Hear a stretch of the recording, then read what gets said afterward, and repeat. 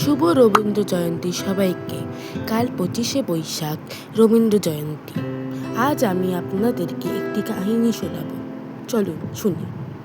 শ্রী কবিগুরু রবীন্দ্রনাথ ঠাকুর জন্মগ্রহণ করেছিলেন জোড়াসাঁকোর ঠাকুরবাড়ি, কলকাতায়। এর ফলে ছোটবেলা থেকেই তার কাছে অনেক ঐশ্বর্য এবং টাকা ছিল। বাবা মার অনেক টাকা, তাই স্কুলে কেন পাঠাবে? স্কুলে পাঠালে বাজে ছেলেদের সাথে মিশতে পারে।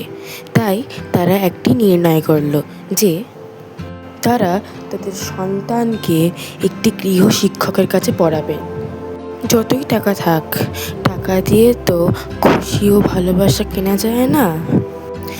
তিনি যাকেই ভালোবাসতেন, মা, বাবা, ছেলে, মেয়ে, দাদা, সবাই তার জীবন থেকে চলে যেত।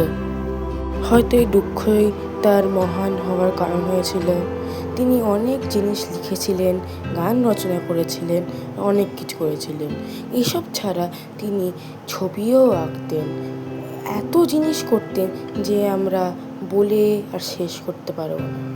আমরা হয়তো আমাদের মায়ের আসল গুরুত্বটা বুঝতে পারবো না, কারণ তিনি আমাদের সাথে সারাক্ষণ থাকে প্রায়। কিন্তু রবীন্দ্রনাথ ঠাকুর তার মায়ের সাথে বঞ্চিত হয়ে গেছিলেন জন্মের পরে, কারণ জোড়াসাঁকোর ঠাকুরবাড়ির একটি এরকম নিয়ম আছে যে মেয়েরা একসাথে থাকবে এবং ছেলেরা একসাথে থাকবে, তারা কখনো যোগাযোগ করতে পারবেন না।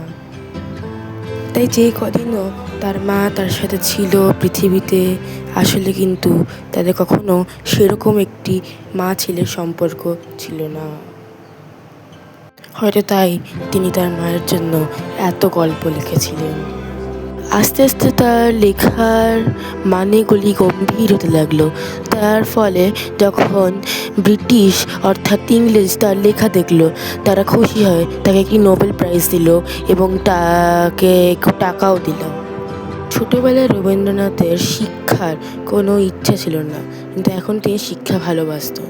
তাই তিনি নোবেল পুরস্কারের টাকাটা দিয়ে একটি স্কুল খুলল শান্তিনিকেতনে, যেটা এখন পুরো বিশ্বে পরিচিত।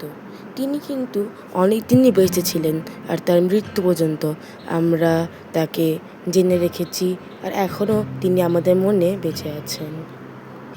এই গল্পটি আমাদেরকে শেখালো যে ভালোবাসা কেনা যায় না এবং শিক্ষাই সবচেয়ে বড় অস্ত্র হতে পারে।